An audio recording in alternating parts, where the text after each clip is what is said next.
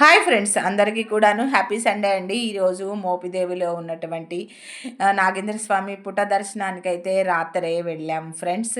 అక్కడ నిద్ర చేసిన తర్వాత మార్నింగ్ స్వామివారిని దర్శనం చేసుకొని అక్కడి నుంచి 8 కిలోమీటర్ల దూరంలో ఉన్నటువంటి పెదకల్లేపల్లి శివాలయానికి కూడా వెళ్ళి దర్శనం చేసుకుందామని బయలుదేరాం ఫ్రెండ్స్. చుట్టుపక్కల అడవిలాగా ఉంటే అలా వీడియో తీద్దాం అనుకున్నాను.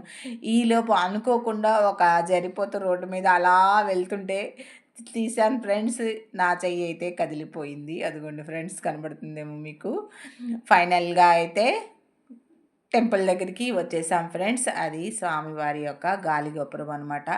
ఈ పెదకల్లేపల్లిలో ఉన్నటువంటి శివాలయంలో ప్రత్యేకత ఏమిటంటే దుర్గా నాగేశ్వర స్వామి శివాలయం అనమాట.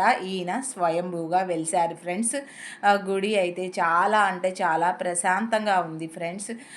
మేము దర్శనం చేసుకున్నాము. లోపల స్వామివారిని అయితే నేను షూట్ చేయలేదు, స్వయంభూ కదా. మీరు కూడా ప్రత్యేకంగా వచ్చి స్వామివారిని దర్శనం చేసుకోవాలని నేను కోరుకుంటున్నాను ఫ్రెండ్స్. ఈ గుడిలో స్వామివారిని దర్శనం చేసుకోవడం వల్ల మనకి మన పిల్లలకి మంచి చదువు అయిపోయినాక మంచి ఉద్యోగం రావడానికి కానీ, లేదా ఉద్యోగం ఉన్న వారికి మంచి ప్రమోషన్లు రావడానికి కానీ ఉంటుందంట ఫ్రెండ్స్. ఇక్కడ గుడి వాతావరణం మొత్తం కూడా చాలా ప్రశాంతంగా ఉంది ఫ్రెండ్స్. అదైతే మండపం, కళ్యాణ మండపం ఉంది ఫ్రెండ్స్. దానికి మధ్యలో ఉయ్యాల కూడా ఉంది ఫ్రెండ్స్.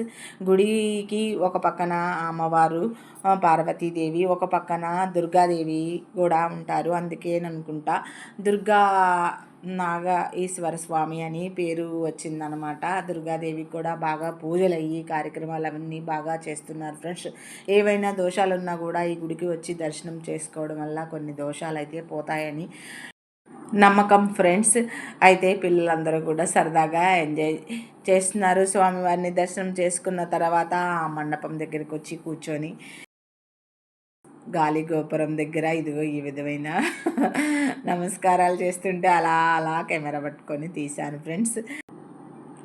మా బుజ్జిగాడు చూడండి చక్కగా అంతా పరిశోధించేస్తున్నాడు అనమాట. మండపం ఓవర్లుక్ అయితే ఇది చాలా బాగుంది ఫ్రెండ్స్. పీస్ఫుల్గా ఉందన్నమాట. అక్కడ ఒక కొట్టేది ఉంది, అది కొట్టకూడదు అన్నారు. సరే చేత్తో కొట్టకండి అన్నారు, చేత్తో కొట్టారనమాట. పైన చెక్కతో కొడతారనుకుంటా, పంతుళ్ళు కొడతారనుకుంటా ఫ్రెండ్స్.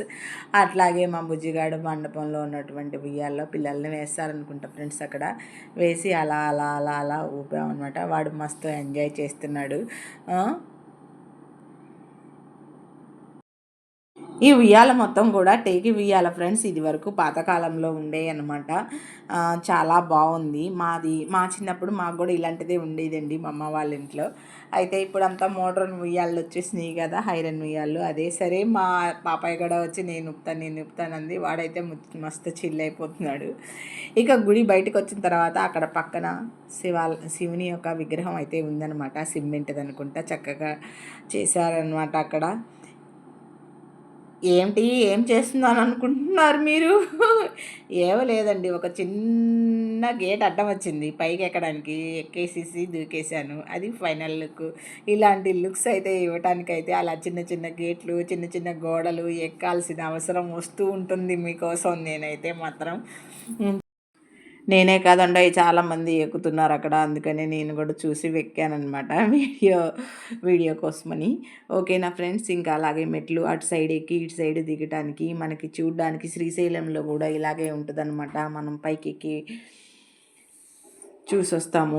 ఓకేనా ఫ్రెండ్స్. అయితే అక్కడి నుంచి కిందకి దిగిన తర్వాత గుడికి పక్కన ఒక చిన్న హవేలీ టైప్లో పాత శిథిలమైన ఇల్లు అయితే కనపడింది నాకు. అలాంటి ఇల్లు కొనిపెట్టమని నేను సరదాగా సార్ గారిని అడిగాను. ఆహా, దాన్ని ఎందుకు అని అడిగి నవ్వుకున్నాం కాసేపు. Okay friends, bye.